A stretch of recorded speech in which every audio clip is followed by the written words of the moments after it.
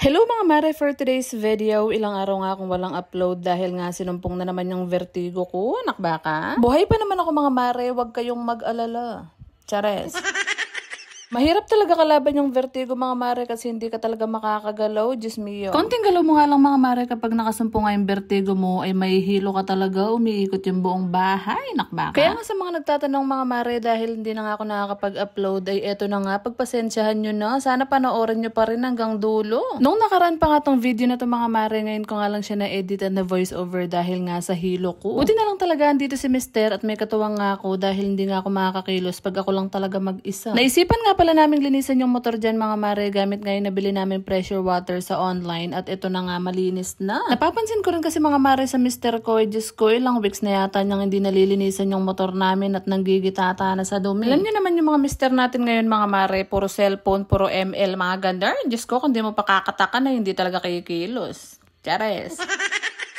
At dahil kakagaling ko lang naman sa day off ng mga araw na yun mga mare, kaya nga sinipag na rin ako magwalis at magmap dito sa loob ng bahay para nga mapreskohan dahil maraming kalat. Kasi lang talaga ako sipagin mga mare, pag day off ko nga dun nga lang ako nakakakilos ng maayos. Hindi talaga natatapos dyan mga mare yung buhay nating mga nanay dahil kinabukasan nga ay eto naman yung haharapin ko. Diyos ko, sandamakmak na labada. Nung bagong dating nga si Mr. mga mare ay panay pa laundry kami dahil may budget pa noon. Ngayon na Diyos ko, tagal-tagal na niya na bakasyon kaya ngayon maglalaba tayo for today's video. Ang totoo niyan mga mare, wala na talaga kaming pambayad sa laundry.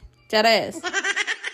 More than a month nga kasi kami nagpapalaundry mga mare, kaya napapansin ko mabango lang yung damit pero hindi naman siya ganun kalinis. Yung mga puting damit kasi namin mga mare, pag dinadala nga namin sa laundry, ay Diyos ko, pagbalik ay puro mancha pa rin. Ako pa naman yung naglalaba mga mare, ay tinitina ako talaga, dinadawni ko pa para malinis at maganda nga siyang tignan. Medyo nakakapagod nga lang maglaba at magmano-mano ng ganito kasi nga hindi pa ako nakakabili ng automatic na washing machine dahil wala pa nga ang budget. Okay lang yan mga mare dahil magsipag at magmanifest nga lang tayo at mabibili din natin yan. Maliit o malaking blessing man mga mare ay dapat tayo magpasalamat talaga kay Lord. Ganun. So yun na nga mga mare, fast forward nga tayo. Buti na lang talaga at morning sun kami dahil tanghali pa lang tayo na yung mga sinampay. After nga maglaba mga mare, sinabi ko na rin kay Mister na hugasan na nga niya yung mga plato na ginamit namin para nga mabuksan na niya yung parcel niya. Ito talaga yun eh. Nakshuta.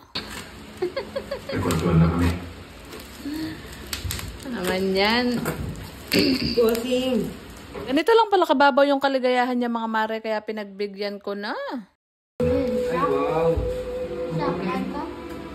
Ayan.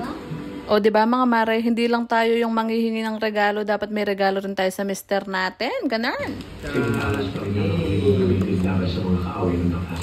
Sa parts ng motor eh, no? Basta ganito mga mare, napapasaya ko talaga siya. Pag nag-order nga siya sa online, ay Diyos ko, pinagbibigyan ko na. Basta may pambilis siya. Kaya nga kung gusto niyo maging masaya yung pagsasama niyo mga mare, ay give and take lang talaga yung sikreto. Ganun. Hanggang dito na nga muna tayo for today's video mga mare. Huwag niyo kalimutan mag-follow at mag-like at mag-comment nga. Salamat!